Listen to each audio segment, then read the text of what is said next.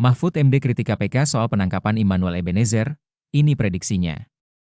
Mantan Menteri Koordinator Bidang Politik, Hukum, dan Keamanan, Menko Polhukam, Mahfud MD, mengikuti kasus penangkapan ex-Wamenaker Immanuel Ebenezer alias Nul. Menurut pakar hukum tersebut, kurang tepat jika Nul ditangkap dalam sebuah operasi tangkap tangan, OTT. Menurut Mahfud MD, lebih tepat Nul yang menjadi tersangka dalam kasus dugaan korupsi terkait penerbitan Sertifikat Keselamatan dan Kesehatan Kerja, K3, adalah pemerasan. Kejadian pemerasan dilakukan sejak Desember 2024, namun penangkapan dilakukan pada akhir Agustus 2025.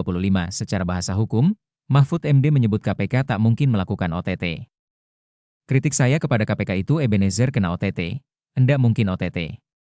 Bukan OTT, peristiwanya bulan Desember, berarti itu mengkonstruksi kasus, ujar Mahfud MD dikutip dari Tribun News.com. Immanuel Ebenezer diduga menerima aliran dana sebesar 3 miliar rupiah dan 1 unit sepeda motor. Menurut Mahfud MD, kalau OTT pelaku tak bisa mengelak lagi karena ada barang bukti yang membuat pelaku langsung dinyatakan tersangka.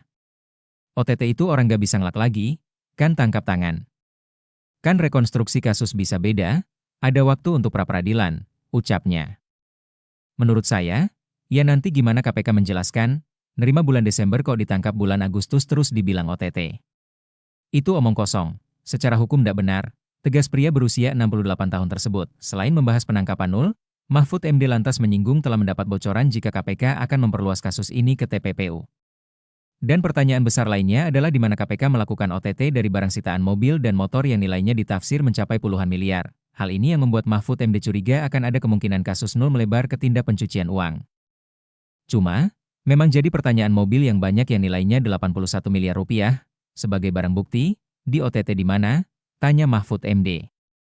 Mungkin itu pencucian uang. Nah kalau itu serius.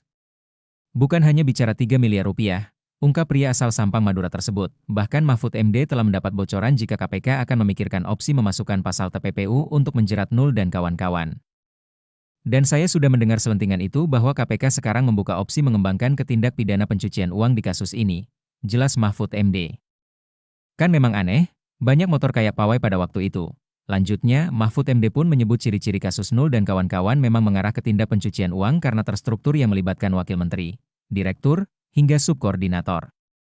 Itulah modelnya pencucian uang, terstruktur, berjenjangkan. Ini tugasnya ini yang memasukkan ke investasi, ini yang beli mobil, ini yang ke pabrik, itu kan pencucian uang. Macem-macem nanti misalnya dalam bentuk warisan yang dibuat akte berlaku surut, kan banyak yang curiga juga. Si Immanuel ini mulai dari taruhlah orang yang tukang ojek ketika laporan harta pertamanya kok sudah 17 sekian M, orang mulai curiga. Meskipun asas praduga tak bersalah tetap, tapi menduga seperti itu tak melanggar asas praduga tak bersalah, gak melanggar hukum menduga, jelasnya.